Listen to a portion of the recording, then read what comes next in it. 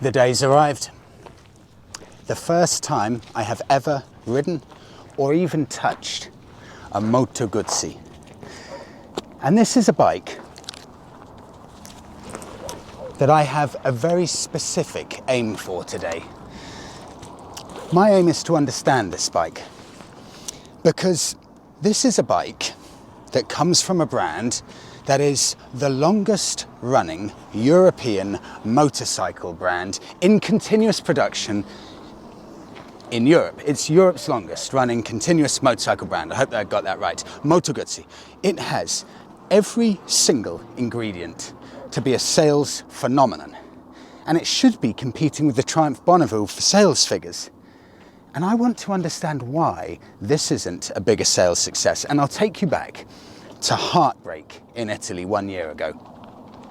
See, Monica and I packed up the Fiat 500, we put the Bonneville on a trailer, and we spent 2 weeks exploring Tuscany on the Bonneville. And I expected to see a whole load of Ducatis and beautiful old Moto Guzzis with incredibly elegantly dressed up Italians riding around the stunning Tuscan hills. But no. Nowhere we went did we see any Ducatis or any Moto Guzzis or any beautiful modern classic motorbikes, because nowadays the reality is that Italians only like one brand of motorcycle. That is the BMW. And they only like one specific model of motorcycle, and that's the GS. Italians only like BMW GSs. We couldn't believe it when we went there. BMW GS after BMW GS. It doesn't matter if it's one person out for a ride or 8 people out for a ride. They are all on BMW GSs. So this is a stunningly good looking Italian motorcycle. Tailor-made, you would have thought, for the Italians. But as far as I can see, they're not buying them. So where does this bike fit? And who's this bike for? That's what I want to figure out. Let's do an overview of it, because I've got a few hours to try and answer that question in my mind. This is, in effect, the Italian Bonneville. Why? Why isn't it selling more? Let's start off. This is a 2019 Moto Guzzi V7 3-stone 2019 model, 750cc engine, 52 horsepower. I just had to put a hat on. It is warm today in Tenerife. So I pulled up outside the apartment and Monica's first reaction was, wow, that is a good looking bike. It looks every bit as good looking as the Triumph Bonnevilles. I really do mean it. It's got this beautifully designed engine that is so characteristic of the Moto Guzzis. It's small, and I'll get onto that in a second, but it's really well finished. This colour is absolutely beautiful. I don't know the name of it, but it really finishes off the bike well. And I think that's one of the coolest badges in motorcycling. That is brilliant. The front, they've done a kind of modern twist with this, with the front headlamp, and I like it. Very, very low profile with a few grooves in the front, very minimal, looks brilliant, with tank coloured front fender. Plastic front fender, rubber gaiters. Huge rubber gaiter fan with single-sided disc, so only one disc on the front, but at 52 horsepower, it's just a waste of time and money having any more than just one disc on the front, so that's perfect. Great looking seat. Moto Guzzi stitched into the back there. Just these added little details really give the feel of a premium bike. And Monica, pan down to this. This as a stock rear light. I think that's a really, really well-designed looking rear light. Very sleek, very minimal, and so much so, I actually don't think I'd change it. So, I said everything. Oh, speedo. Completely minimal. All you've got is the mileometer, the speedo there, and a few other things I haven't bothered with. I think it may actually have, let's have a look. It does, it's got a few different rider modes. So if you ignition on, what does it come up with? A few different lights that I wouldn't understand. Trip mode, it's got, okay, and you can just toggle through yada yada yada, different fuel, things like that. Okay, so it's got a few things there. Right, this bike in its new format is an 850cc bike. It's only £8,000, and I think it's I think it's 65 horsepower now. That means that this bike, on paper, competes with the Triumph Bonneville, and also it's cheaper than the Triumph Bonneville. It's in fact even £400 cheaper than the Triumph Street Twin.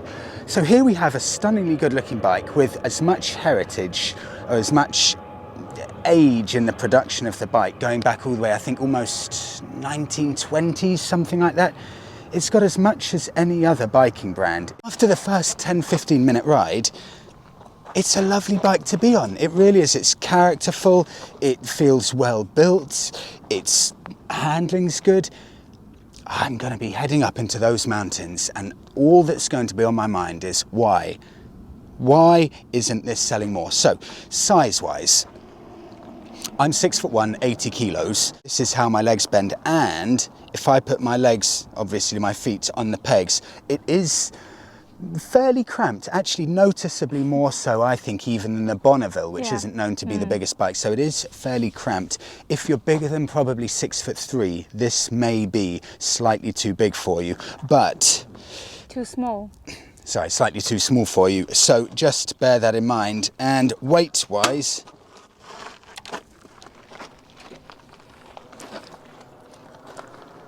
absolutely fine. Easy to maneuver, easy to manhandle. Definitely, without question, this will be a good learner's bike. Right, okay, plan for the day. Monica and I are going to head off, grab a coffee, soak everything in about the first ride, and then I'm heading up there, taking this out on a spirited ride into the hills. I think it's raining over there. I know, yeah, I thought that as well. Here, just flip round here, flip round here. This is Tenerife in a nutshell here. Glorious along the coast, and then you look up into the towns in the hills. It's very often cloudy for days upon end, so maybe I'll stick to the coast.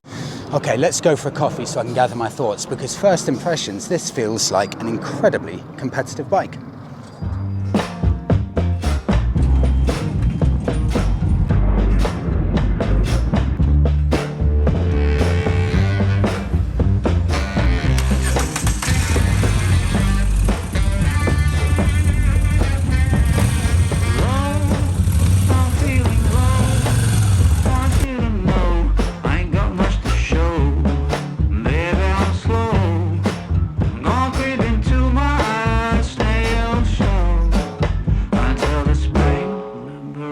From my winter hell, I've got candles and candy. I can be your daddy if you only let me creep into your prison cell. Hey baby, can you tell I'm not a criminal? Your choice is simple. I want you to stay true to what's right for you. No matter who or know what will others say. Just find your way.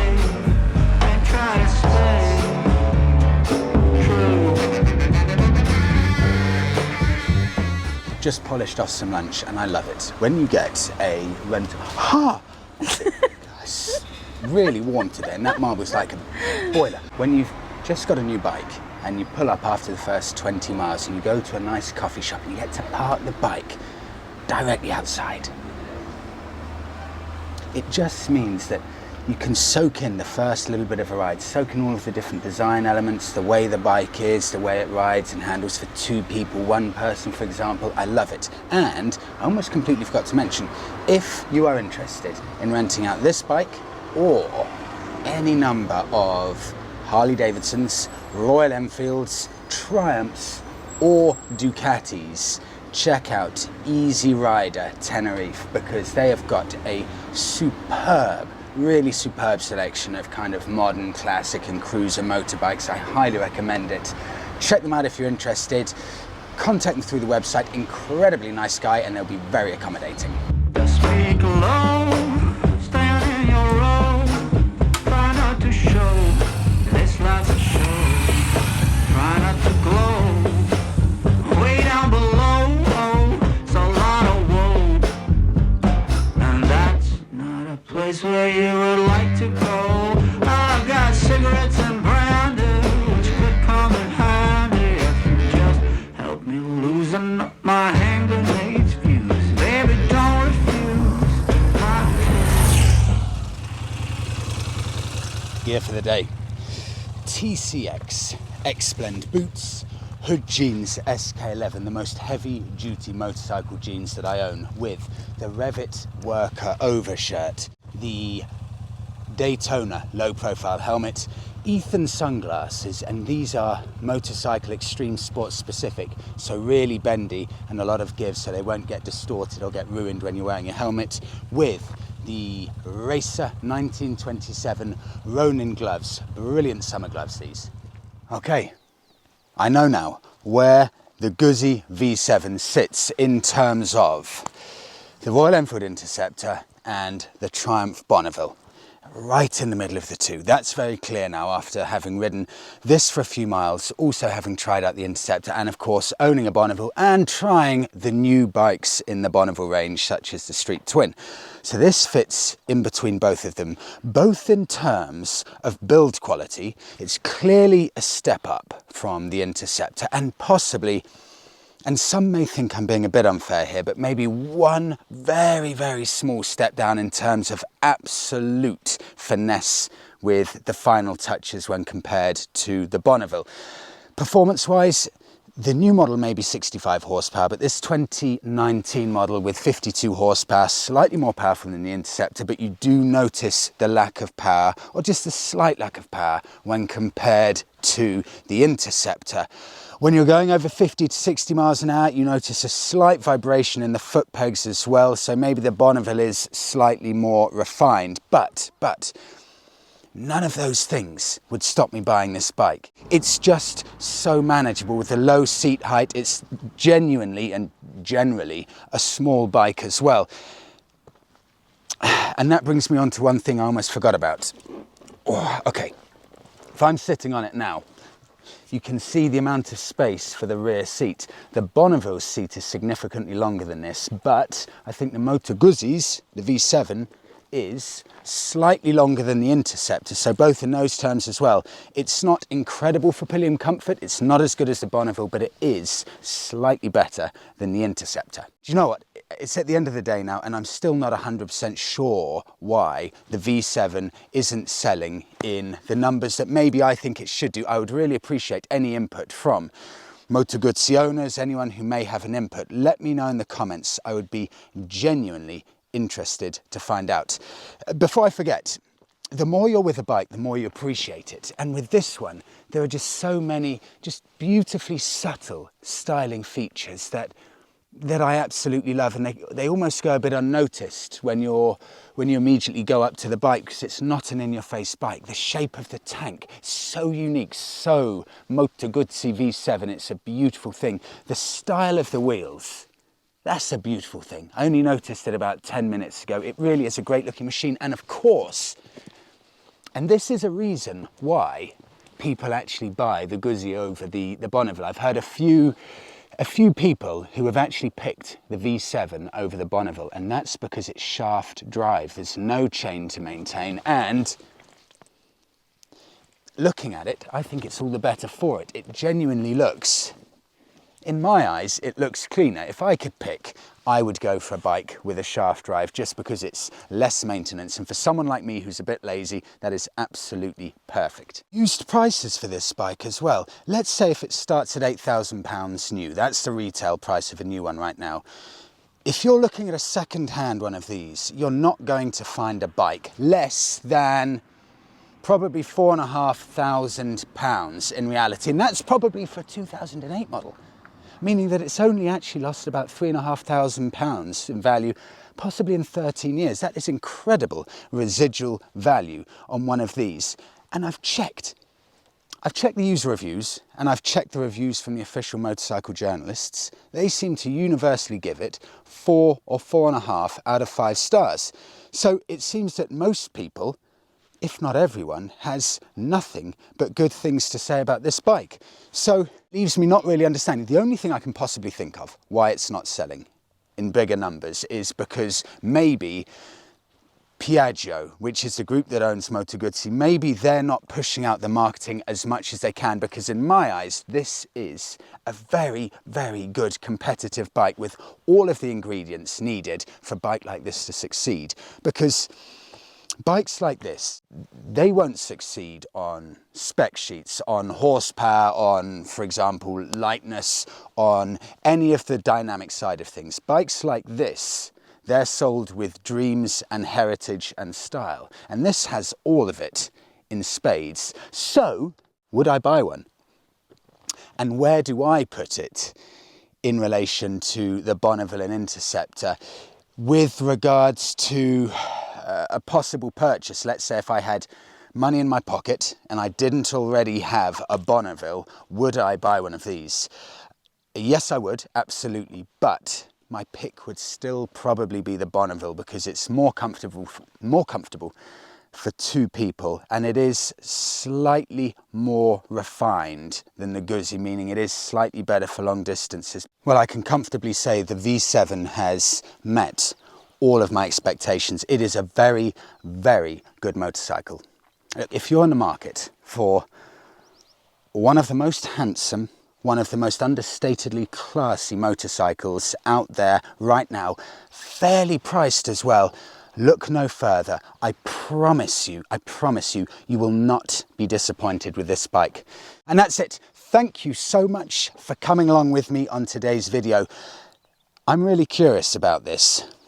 Moto Guzzi V7, Royal Enfield Interceptor, or Triumph Bonneville? Or is there something else you think that I should put into the mix? What are your thoughts? What would be your pick out of them? Have a brilliant day all.